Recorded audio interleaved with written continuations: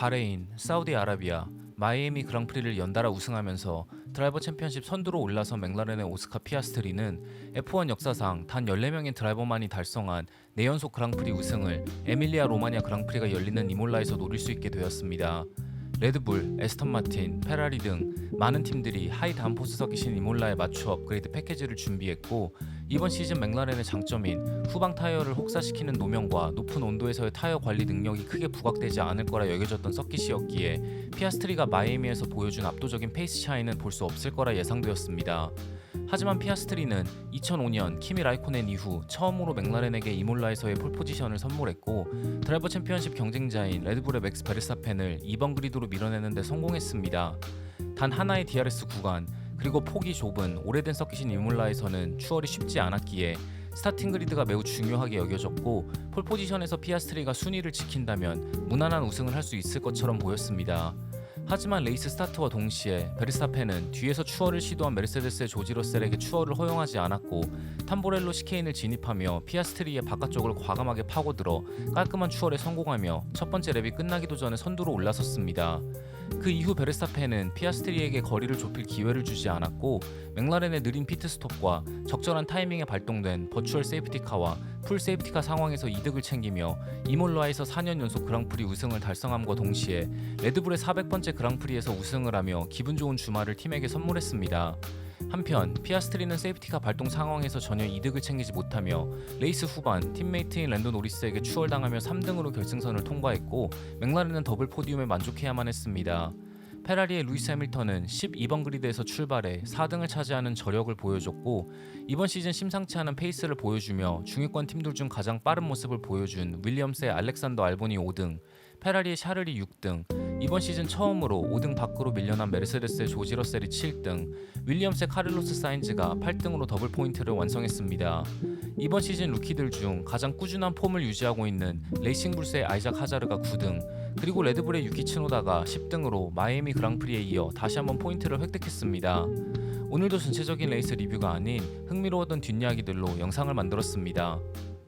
작년 에밀리아 로마니아 그랑프리에서는 대부분의 드라이버들이 미디엄 타이어로 레이스를 시작해 하드 타이어 원스톱 작전으로 무난하게 레이스를 완주했고, 페르난도 알론소와 피에르 가슬리만이 투스톱을, 그리고 포인트를 획득한 드라이버들 중 유일하게 세르히오 페레즈만이 하드 타이어로 레이스를 시작했습니다.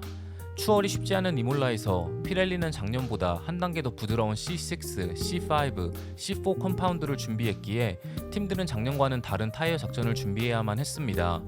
그리고 F1 캘린더에서 가장 긴 피트레인을 갖고 있는 이몰라에서는 평균적으로 28초 정도의 피트스톱 타임이 소요되기에 언더컷을 시도하기 쉽지 않고, 팀들은 세이프티카로 인한 변수도 계산해야 하는 힘든 레이스를 준비해야만 했습니다. 이번 시즌 피렐리가 새롭게 준비한 C6 타이어는 기존의 컴파운드들보다 훨씬 더 부드럽고 마모가 빠른 타이어였고, 막상 퀄리파잉에선 C6 타이어는 한 바퀴의 타임드 랩조차 버티지 못할 정도로 성능이 급격하게 떨어지는 모습을 여러 번 보여줬습니다. 결국 퀄리파잉에서 에스턴 마틴은 페르난도 알론소와 랜스 스트롤에게 두 세트의 미디엄 C5 타이어를 끼우는 변칙적인 작전을 준비했고, 에스턴 마틴은 이번 시즌 최고 퀄리파잉 그리드 성적인 5번과 8번 그리드를 차지했습니다. 메르세데스의 조지 러셀도 미디엄 C5 타이어를 사용해 랜도 노리스를 밀어내고 3번 그리드를 확보하며 C5 타이어가 C6 타이어보다 페이스가 좋다는 걸 증명했습니다. 하지만 에스턴 마틴은 하드 타이어를 한 세트만 남겨뒀고 미디엄 두 세트를 퀄리파잉에서 다 사용했기에 메인 레이스에서 선택할 수 있는 타이어 작전이 많지 않았고, 세이프티카 타이밍에 전혀 대처하지 못하며 포인트를 획득하는 데 실패했습니다. 알론소는 2017 시즌 이후 처음으로 7 그랑프리 연속 포인트를 획득하지 못하며 기나긴 부진을 이어나갔습니다. 이번 시즌 F1에 데뷔한 메르세데스의 키미 안토넬리는 이몰라에서 가까운 볼로냐 출신이기에 에밀리아 로마니아 그랑프리에서 진정한 홈 그랑프리를 치르게 되었습니다. 학교 친구들과 선생님들을 VIP로 레이스에 초대한 안토넬리는 Q2에서 탈락하며 13번 그리드에서 레이스를 시작했고, 46번째 랩 8등으로 달리고 있다가 스로틀 문제로 리타이어하며 아쉽게 홈 그랑프리를 완주하지 못했습니다. 레이스가 끝나고 안토넬리는 VSC가 끝나고 두세 바퀴 후 문제가 생기기 시작했다. 어느 순간부터 스로틀이 아예 반응하지 않았고 출력이 점점 떨어지기 시작했으며 센서도 오작동했다. 이런 문제는 언제나 일어날 수 있다. 이런 일들만 아니었다면 오늘 우리의 페이스는 더 좋았을 거라 생각한다. 하지만 차량 문제와는 별개로 내가 조금 더 발전해야 한다. 특히 트랙 온도가 높은 상태에서 페이스를 유지하는 게 쉽지 않고 온도가 조금 더 낮으면 타이어를 관리하는 게 훨씬 더 쉽기에 아직도 배워야 할 게 많다. 팬들의 응원은 매우 감사했지만 팬들에게서 받은 에너지를 효율적으로 관리하지 못했고 그리 좋은 모습을 레이스에서 보여주지 못했다. 조금 더 힘을 빼고 여유를 찾았어야 하지만 굉장히 경직된 상태로 레이스에 임했다. 다음 홈 그랑프리에선 같은 실수를 반복하지 않을 것이다 라는 인터뷰를 했습니다.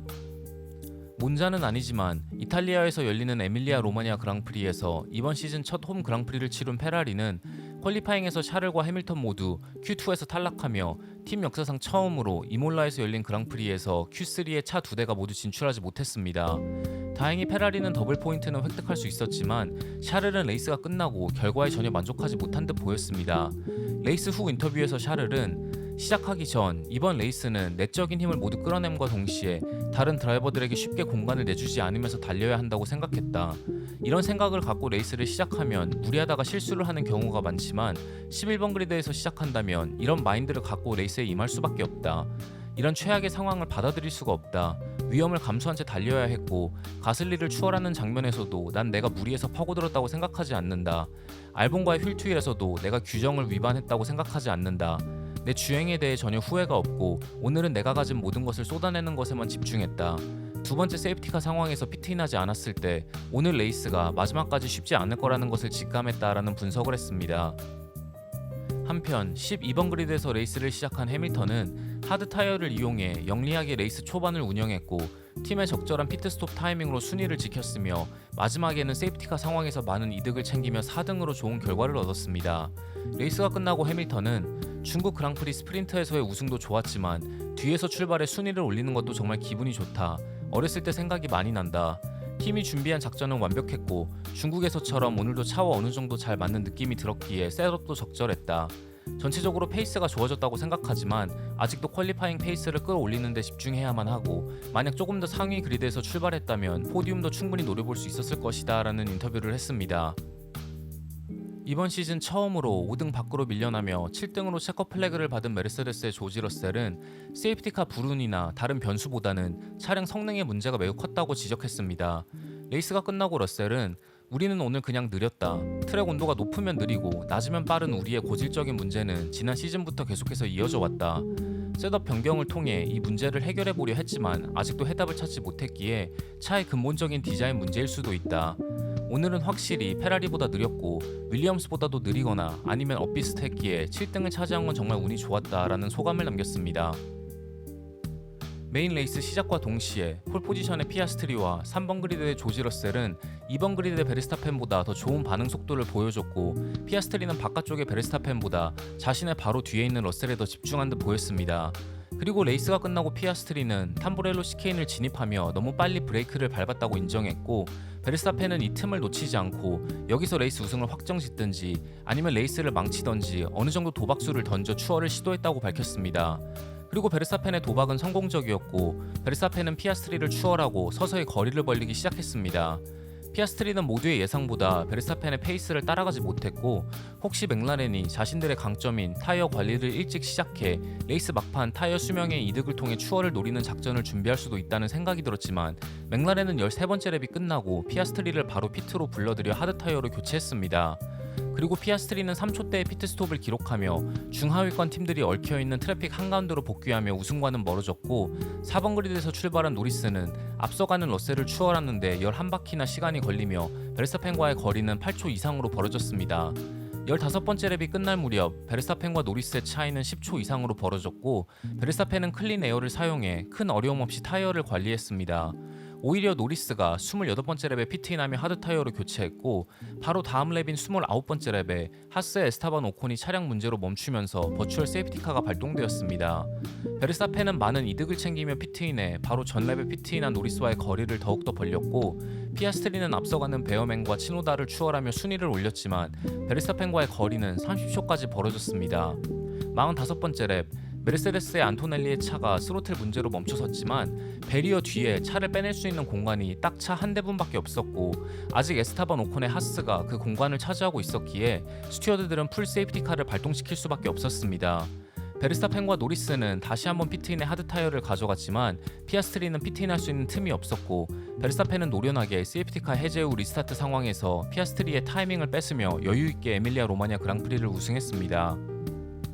레드불의 새로운 업그레이드 패키지에 대해 테크니컬 디렉터인 피에로 워시는 이번에 새로 도입한 업그레이드가 타이어 관리에 영향을 주고 있는 것 같다.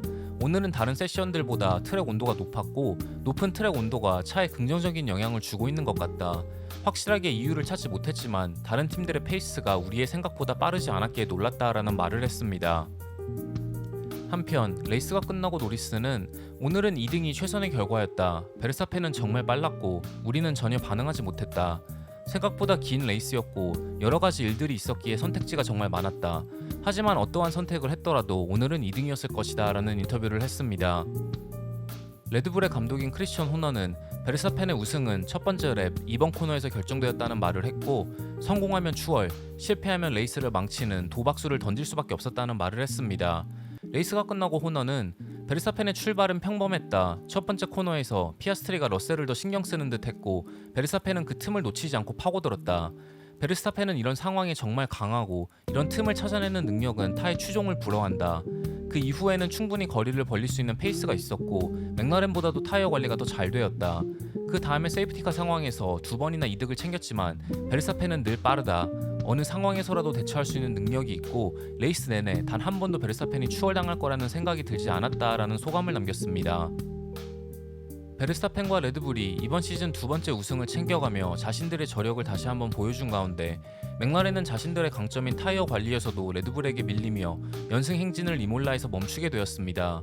새로 도입한 업그레이드 패키지를 통해 퀄리파잉에서 좋은 모습을 보여준 에스턴 마틴이 어느 정도 반등의 조짐을 보이며 중위권 싸움도 다시 한번 치열해질 것을 예고한 가운데 다음 레이스는 애증의 모나코로 이어집니다.